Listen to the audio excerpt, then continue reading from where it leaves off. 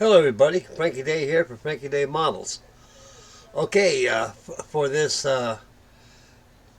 Wednesday late evening, I have for you video number 1 for a new build that I've got started for a while back. This is the Trumpeter 1/350 scale HMS Dreadnought. I'm putting the USS Missouri, I'm putting it on hold until I get the railing sets for it that are sent from Matt. He sent them out in the mail, and they should arrive probably about a week or so from now. So I'm putting Big Mo, I'll put it on hold for until they get here. Then I'm going to town with Big Mo. I'm going to get it all done and everything. And I'm going to make a few more videos on that before it's finished. And right now I was at the stage for Photo-etch. And so I put it in temporary dry dock until they arrive, and I will continue its work on the USS Missouri. Okay, the topic of this video for this evening, I made a video of this probably about 4 or 5 years ago. I had no idea that I had this kit this long until I realized I went back and seen some old videos I previously made in years past. And I came across this here ship. And I said, man, I had no idea I had this thing that long. And I did. And I started on it and never actually completed it yet. So I got pretty much headway on it already. I got a lot of work to do on it before it's over with. So I'll probably be bouncing around on that, and also the USS Long Beach and also the USS Baltimore. I'll show you those two up during the video of the HMS Dreadnought. Okay, I guess Trump released this thing in several circas. This is circa 1915, back in World War I. She was actually proud of the home fleet. So I imagine she during World War I, that she probably more or less kept her in safe harbor, more or less, and protected her harbor to protect her homeland a lot. And she did get engaged with a U-boat and sunk in. The HMS Dreadnought was a whole new design of a battleship. By the turn of the 20th century, we were trying to get away from half wood and half iron ships. Ships that were powered by screws, and ships powered by sail, and they were powered in both varieties. And also getting away from the old Spanish-American War, early dreadnoughts. So they designed a whole new battleship concept. Now, what is so significant about the HMS Dreadnought is that she led squad to all battleship designs for all nations. Her design was so unique, it gave all nations militarists ideas how to design battleships around the basis of this particular battleship. And a lot of them were. You look at the ships that we've got, the Arizona, the Pennsylvania, the Mississippi, the New Mexico class, and the California class. All those battleways, they simulate almost the same shape as this as HMS Dreadnought. And she was scrapped in 1921, and she was she wasn't very high honored as most ships earned during battle, probably mostly because she was in the home fleet. So she more or less was probably stayed home in England all the time. And kind of went out maneuvers and patrol once in a while, just for sub duty and everything else, what she could do at the time. She's a beautiful ship. She's only about 500 and something feet long. And the kit is 1/350 scale. It's by Trumpeter. And the instructions are very confusing, especially putting fittings on it. So you got to look at the instructions very, very careful, and study the parts you got your hand on and the instructions, because there's sometimes they're confusing. I've already found a blooper already in this kit already. They have F1. It's supposed to be some kind of a catwalk on top of the around the stack, on stack number 2. But no sprue F exists in the kit, so that must be from an earlier kit. So if you get this kit here, if you have this kit in the stash, you'll see it as I bring it over to you to show the model. If you got this kit, if you run across F1, you'll see what I mean, because it don't exist in the kit. It probably does in the other circuit version. Okay, enough chatting. We're going to bring it around and take a look at that. There it is right there. And that's the box that came out of right there. So if anybody's got this kit, F1 fits right across here, stack number 2. Fits right here. It don't exist. It don't exist in Photo-etch. Now, for Photo-etch parts, they give you we'll put the camera down and focus on these parts here since we're talking about Photo-etch.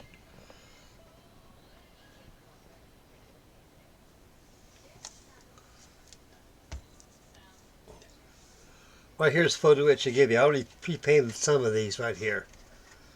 They give you enough to get started on, really. They really do. Right here, this contains of fittings of the kit they give you on here. Most of it's all superstructure. This is all the railings they give you. Is right here. And I believe all these railings go on the superstructure fittings.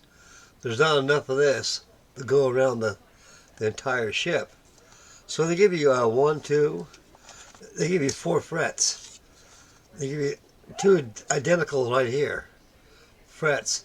And these contain different parts, which I don't know, some of them are superstructure parts, which got to be added. Incidentally, this superstructure is not glued down on the ship here because of these Photo-etch parts. I'm going to start to be able to construct. I'm going to be able to get an idea of where they go at. 1 minute, fellas, be right back. I'm going to let this darn dog back in again. Somehow, it don't matter what time of day or night, when I'm making a video, I got to put up that animal. I'll be right back.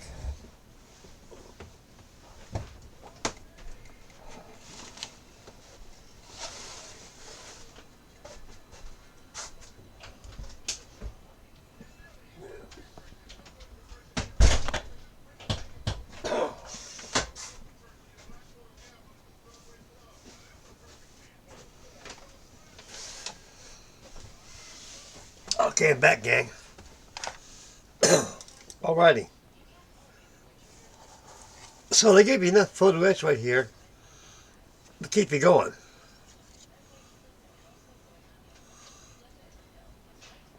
Some of these I know where they go. A lot of them are supports for superstructures.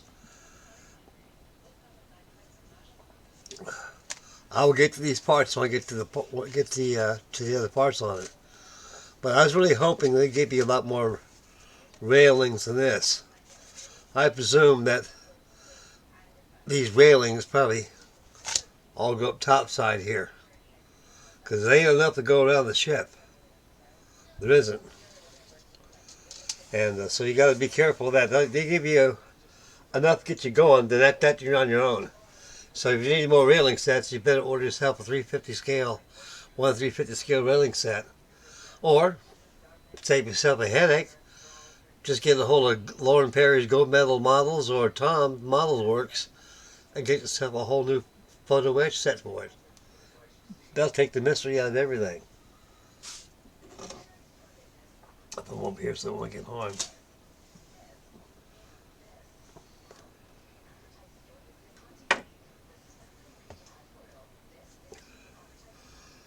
I painted it light sea gray.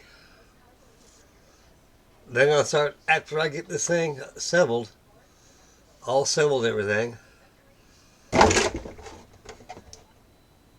this will come off. This ain't glued down. I didn't glue it down yet because I can handle it easy as a sub-assembly by putting my Photo-etch parts on there than do it on the model.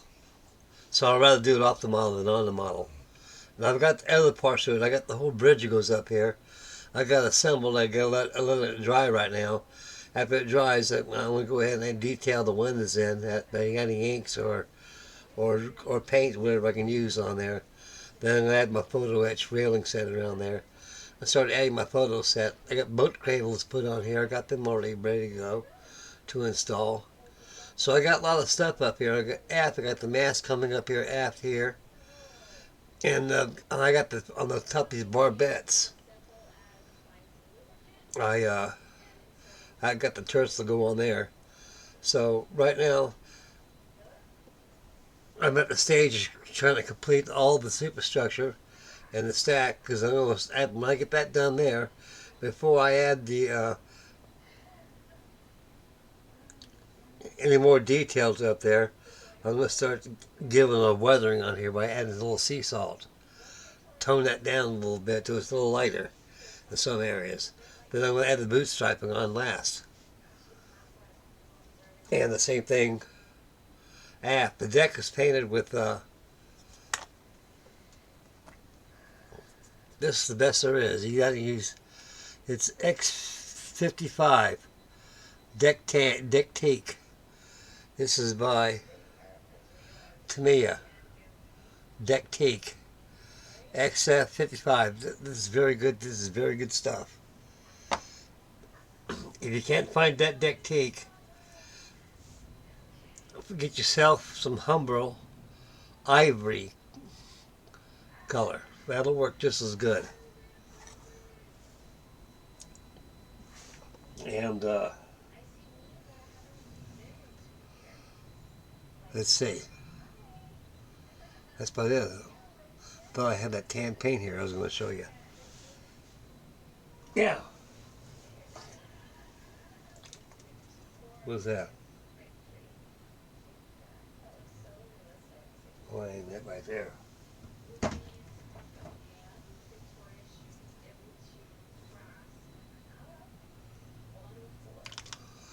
It's up here by Mission Models. It's called Dunker Gub Ral. I don't know what it is. It's almost like a real deck tan color. It's probably for armor, but it's very close enough to that deck teak right there.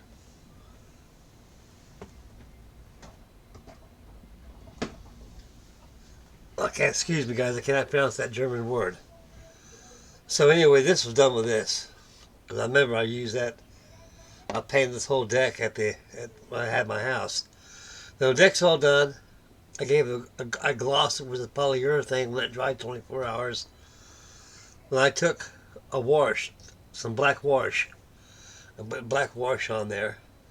Then of course when you use your cotton swab, you can clean up the deck and leave some of the details there. Because remember, you got your planking coming this way. You don't want to go this way. You want to go this way, thwart ship. Reason why? Because if you go this way, the copway swab, with a cotton swab, you'll take out all that wash out of the cracks where the planks are. And you can't see your planks. So always use thwart ship. That way, you get everything off there, and it comes out good. I'll make it look close to the camera. It's a shame that this thing, it picks up the plank and everything. I can see plank galore on this thing. It's a shame this camera won't pick it up, fellas. I'm deeply sorry. Someday I will get me a camcorder. I'll take a lot more better high definition pictures than what I've got here.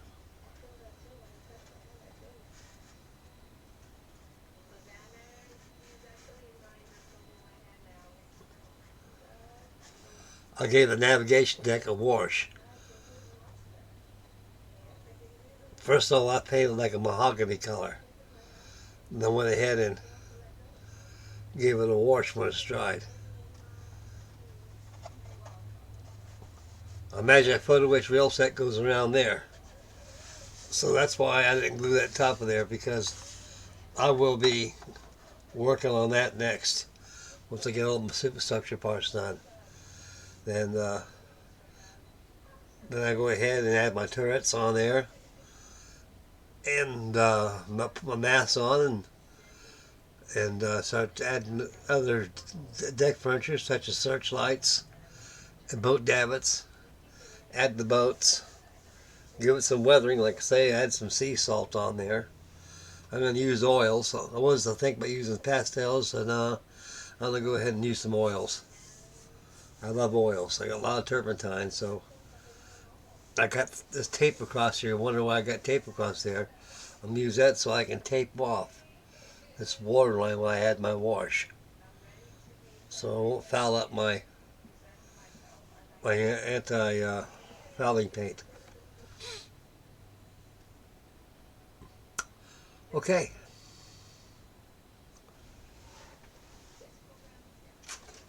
I've been working on this. This is the Revell Long Beach. I've already got the hull already painted already, right here. I'm letting it dry. Give it a couple days. When I get done with that, I'm going to peel off this tape, because it's all black up here. Then when I have my haze gray on it, I can feather it in just like I did on the Big Mo. It'll give it the 3D. This deck, all steel deck here, only wood that's here on the quarter deck. So that's going to be painted. And believe me, let's see bitches there. I think we'll take a wash too. This back here will take a wash. I got the screws on.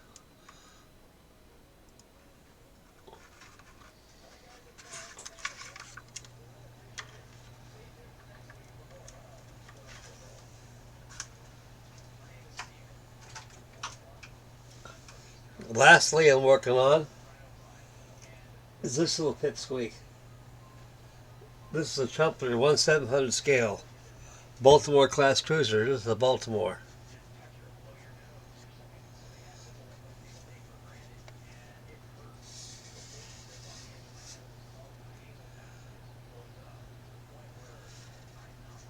I'm going to go ahead, I'm going to make the using this right here. This is with medium blue. Yeah, medium blue. This is pretty close to deck blue. Very close to deck blue. I'm going to make a nice wash out of that. And these planks on here are very deep rigid too, so we'll take that. I'm going to add a nice light wash. It'll fill in those deck planking on there, because that's a wood. They were stained with tea,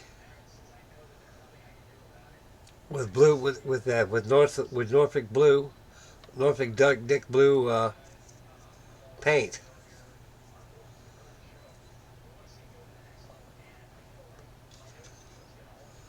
Was cheap putting that boot topping on there, I'll tell you that.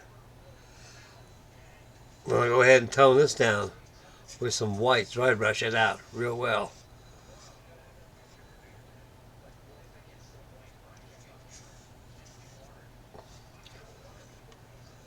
That go good with my Battleship Maryland. So I got that going. I haven't done nothing on the Big E yet. That's going to be a while if I get done that. But I'm getting on Big Mo and getting on this. So I got this shaking pretty good right here, fellas. This is a pretty good kit. It goes together quite well. Just take your time. I wouldn't recommend this kit for a novice to build, because it's very difficult in some ways. There's too many small fittings, you know, and they're very fiddly, and you'll lose parts, and you got to be very careful. Oh yeah, I talked about Fiddly. up here, all the detail parts of these are davits on here. They got davits. These are all photo-etch. You got to be very careful. Very careful when you glue those in there. When you glue them in there, you get yourself a little cap. This is what I does. You guys drinking water or drink Coke, you get these little caps on there. You fill that cap a little bit with that with crazy glue. You take your part, your tweezers,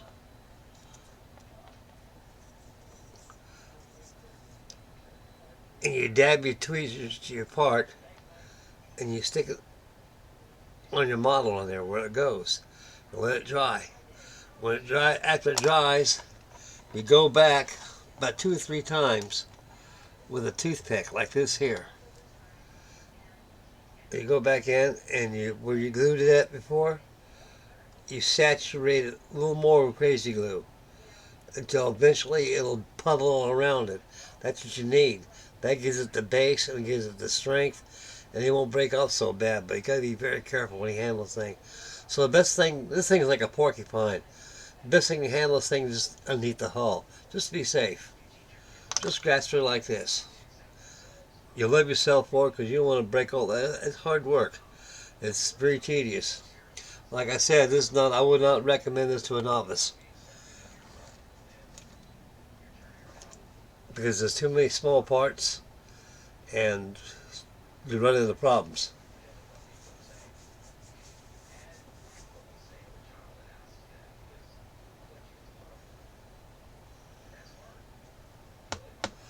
Okay, that's about all I got going for you right here, guys. For today, this is video number 1.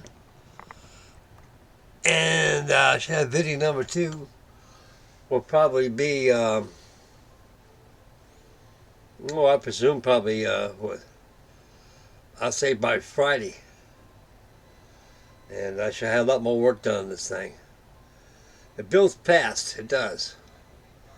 But I don't want to do it too fast, because I'll be going. I'll be going pretty much done. I'm going to get those turrets on there, and everything, and get the boat cradles on. So tomorrow I'll be working on the superstructure. Get the superstructures all finished up. When I get that all finished up, I'm going to go ahead and hop on the barbettes, get the guns on there, and. I think there's some Photo-etch parts that goes there, which will really be very welcomed, I think. I just wish they'd give you more railings for this thing. I don't understand why they won't give you a full railing set for these things. You're already paying $100 for it already. But all those railings probably go up here. I bet even money they do. And everything else you're on your own. Okay, that's about it, fellas. I get a little tired. I got a big day tomorrow, and so I'm going to finish its work on the HMS DREADNOUGHT. I was very amazed. I had that all those years. I had that thing. I thought I just bought that recently. It shows you when you're away from your stuff for a long time, you'd be surprised what you got. Okay, this is it for the HMS DREADNOUGHT. This is it for me. Make mama happy. Take care of the little ones. Stay focused when you drive. And be aware of your surroundings and take care of yourselves. And most importantly is just take care of yourselves and get yourself a model and get kick crazy like Stu says. And because we've got summer coming up. This weekend it's going to be in the 80s. It's going to be hot. And so I think this cold stuff's about over with. So we got outdoor activities. So if you go outdoors, be careful out there, fellas. And I'd like to thank all my subscribers out there for commenting on my stuff. And I really appreciate it very much. And I'll have more coming away. I got a lot of stuff coming your way, fellas. And we got spring coming up. I got a lot of cleanup I got to do around this here trailer. and I'm going to try to get things lined up so I can have a good workstation where I can work on my models. I got so much stuff I want to work on, but I'm limited to what I can bring in here. Man. But I'm getting by pretty much what I do bring in here. I'm very grateful for that too. Okay. This is Frankie Day from Frankie Day Model signing off. You guys take care of yourself. God bless you all. We'll get you on video number 2, so stay posted for that. We'll have it on your way, fellas. God bless you all, fellas. Y'all take care now.